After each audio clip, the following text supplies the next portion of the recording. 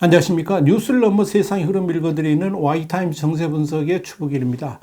러시아군이 우크라이나 남부 점령지 헤르손주에서 고전 중이다라는 사실을 공식으로 시인했습니다. 또 이 헤르손주에서 전격 철수를 단행할 것으로 알려졌습니다. 영국의 BBC는 현지 시간으로 18일 러시아 합동군 총사령관인 이 세르게이 수르비킨이 이 헤르손 점령지 상황에 대해서 매우 긴박한 상황이라고 할 수 있다. 그러면서 전격적 철수를 포함한 이 중요한 결단을 내릴 것이라 밝혔다라고 보도를 했습니다. 수르비킨 총사령관에 이어서 우크라이나군이 이 헤르손의 카우카 이 수력발전소 댐에 대한 대규모 미사일 공격을 준비 중이라 그러면서 이 우크라이나군이 패잔병을 추격하는 이 민족주의자 부대를 운용하는 것을 비롯해서 예비군을 총동원하고 있다. 이렇게 밝혔습니다.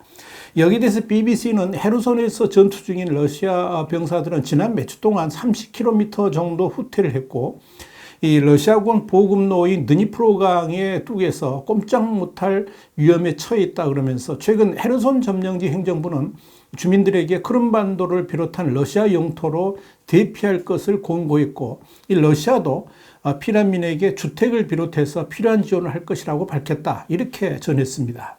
자, 여러분, 이 우크라이나 남부 지역에서 러시아가 점령한 지역 중에서 그야말로 전략적 요충지인 헤르손에서 이 러시아군이 철수한다는 것은 이 푸틴 대통령에게도 치욕적이고 동시에 엄청난 수모를 당하는 사건이다. 이렇게 정의할 수가 있습니다.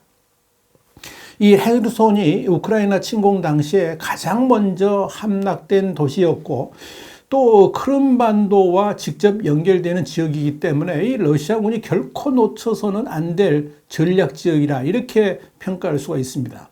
또한 러시아군은 그동안에 이 헤르손주를 유지하기 위해서 러시아군의 주력 부대를 증원까지 했는데도 그럼에도 불구하고 철수를 한다는 거, 이건 이 우크라이나 전쟁에서 중요한 고비가 될 수 있을 것으로 판단이 됩니다. BBC는 이와 관련해서 우크라이나군은 이달 들어서 이 헤르손주에서 약 500제곱킬로미터에 달하는 러시아 점령지를 되찾았다 그러면서 현재 헤르손에 남아있는 이 러시아군들은 사실상 고립 상태이고, 관건은 이들이 어떻게 우크라이나군의 포위로부터 벗어나느냐, 그래가지고 도망가느냐에 달려있다라고 봐야 된다. 이렇게 보도를 한 겁니다. 문제는 이런 이 러시아군의 후퇴가 잔인하기로 악명 높은 수르비킨 총사령관 임명 직후에 벌어지고 있다는 겁니다. 수르비킨 총사령관은 지난 8일 우크라이나 총사령관으로 푸틴에 의해서 임명됐습니다. 수르비킨은 부임 직후에 이란제 드론을 활용해가지고 우크라이나에 자살폭탄을 퍼부어대면서 전세를 뒤집으려고 하고 있지만, 오히려 이 남부 지역은 물론이고 동부 지역에서도 러시아군이 밀리는 형국을 보이고 있는 겁니다. 여러분, 지금 러시아는 그야말로 곤혹스러운 상태입니다. 이 수르비킨 총사령관 부임 이후에 전쟁의 상황을 바꾸려고 하고 있지만 뾰족한 수가 없기 때문에 그렇습니다. 문제는 아무리 포 사격을 하고 미사일 공격을 한다 할지라도 궁극적으로 지상군이 영토를 점령해내지 못한다 그러면 다른 공격들은 헛수고가 될 가능성이 굉장히 높습니다. 영국의 텔레그래프는 현지 시간으로 18일 푸틴 러시아 대통령이 우크라이나를 향해서 이란제 자폭 드론으로 맹공격을 하고 있는데, 이는 역설적으로 러시아에게는 장거리 미사일이 이미 고갈돼 가지고 공격할 수 있는 무기가 오로지 드론밖에 없다는 것을 의미한다. 이렇게 보도를 했습니다. 텔레그래프는 이어서 푸틴 대통령이 지난주에 우크라이나에 대한 대규모 공격이 더 이상 필요하지 않다라고 말을 했지만, 이건 사실 공격할 미사일이 더 이상 없다는 의미라 그러면서 이 러시아가 자폭 드론을 활용해서 우크라이나를 공격하는 것은 순항 미사일과는 비교 자체가 안 될 정도로 피해 규모도 작고 또 정확도도 떨어진다라고 전했습니다. 텔레그래프는 더불어 이 푸틴이 22만여의 병력을 신속하게 전장에 투입한다고 했지만, 이들은 벌써부터 전사자와 부상자 명단에 이름을 올리고 있다 그러면서 러시아는 지금 하급 장교도 부족한 데다가 싸울 병력도 부족한 상황이라고 밝혔습니다. 실제로 서방 진영의 경우에는 군인 30명당 장교 1명이 배치됩니다만은 러시아군은 지금 군인 100명당 장교 1명을 배치하는 것도 버거울 정도인 것으로 알려집니다. 심지어 강제 징집으로 동원된 이들을 훈련시킬 인력조차도 부족하다. 이게 지금 러시아군의 현실입니다.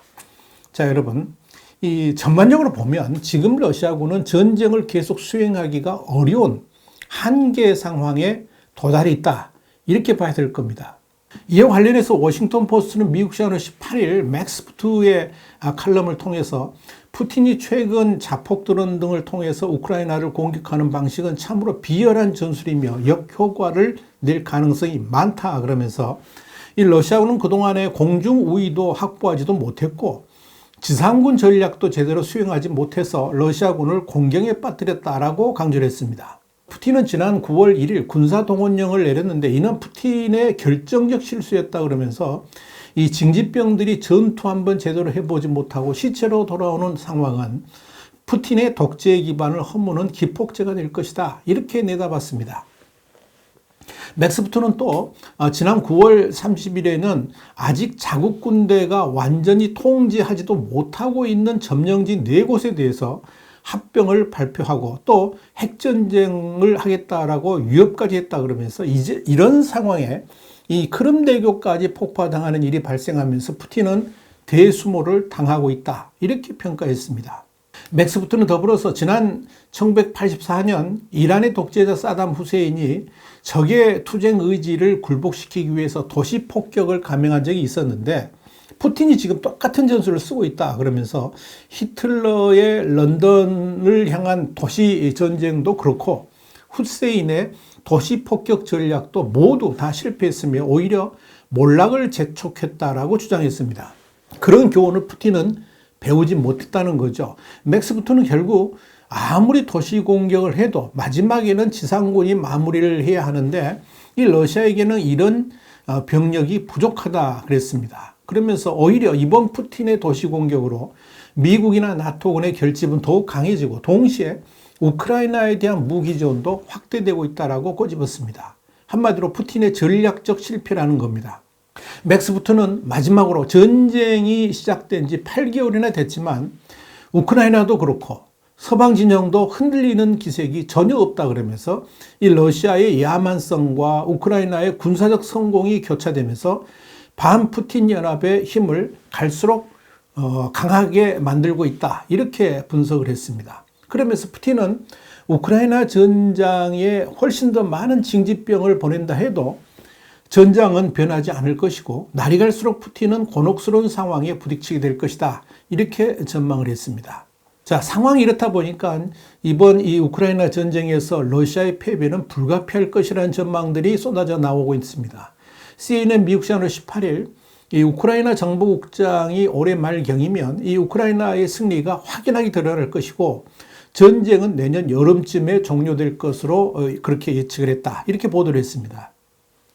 CNN에 이어서 그가 우크라이나는 1991년 당시의 국경으로 되돌아가게 될 것이라 말했다. 그러면서 이는 지난 2014년 러시아가 점령했던 크림반도는 물론이고 도네츠크 및 루안스크까지 모두 탈환하는 것을 목표로 잡고 있는 것이다. 이렇게 전했습니다. 우크라이나 정보국장은 러시아가 핵무기를 사용하지는 못할 것이라 예측했다 그러면서 핵무기를 사용하게 되면 러시아 연방이 붕괴하게 될 것이라고 주장했다. 이렇게 밝혔습니다. CNN 그러면서 지금 러시아가 패배의 길을 계속 가면서도 전쟁을 계속하는 것은 그렇게 하지 아니하면 전쟁에서 졌다는 것을 인정해야 되기 때문이다. 그렇게 밝히면서 이 러시아가 평화적 해결 방법을 찾지 못하면 러시아는 존재하지 못하게 될 것이라고 전망을 했습니다. 결국 이 러시아의 패배가 기정사실화되어 가면서 이 러시아 내부에서 중요한 정치적 절차도 진행될 수밖에 없을 것이라는 것이 이 우크라이나 정보국장의 판단입니다. 워싱턴 포스트의 맥스부트도 지난 주말 서방의 정보기관들과 군사 전문가들의 평가에 의하면 러시아가 자폭 드론이나 미사일로 대도시를 공격한다 해도 이미 우크라이나에 기울어진 이 전투의 흐름을 역전시킬 가능성은 거의 없다라고 평가했다 그러면서 이 강제 징집된 병사들이 전투 현장에 도착해도 훈련도 제대로 되어 있지 않고 장비도 열악해서 이 전장 상황에 긍정적 영향을 미칠 가능성은 거의 없다라고 내다봤습니다. 뉴욕타임스도 미국 시간으로 17일 만약 푸틴이 우크라이나에 대한 자폭 드론 공격을 통해서 전장의 상황을 바꾸기를 희망했다면 엄청나게 실망할 것이다. 그렇게 지적을 했습니다. 러시아가 패배의 길로 가는 것은 지상 및 공수, 특수부대의 심각한 손실, 또 우크라이나인들의 투쟁 의지, 우크라이나에 대한 서방의 지원, 또 최근 크렘린의 합병선언 및 이 강제 징집 등의 무모한 행동들이 결합돼 가지고 나타나는 것이다. 그렇게 말했습니다. 그러면서 이 푸틴은 당장 4개 점령 지역의 안정적 통치를 원하지만 그런 계획은 이루어지지 못할 것이다. 이렇게 내다봤습니다. 뉴욕타임스는 그러면서 푸틴이 거대한 포부와 함께 핵전쟁 위협을 하고 있지만 갈수록 선택의 여지는 줄어들고 있다. 그러면서 앞으로 푸틴의 계략 실패가 확연하게 드러난다면 러시아 내에서는 엄청난 변동성이 일어나게 될 것이다. 이렇게 전망을 했습니다. 와이타임 정세 분석이었습니다. 감사합니다.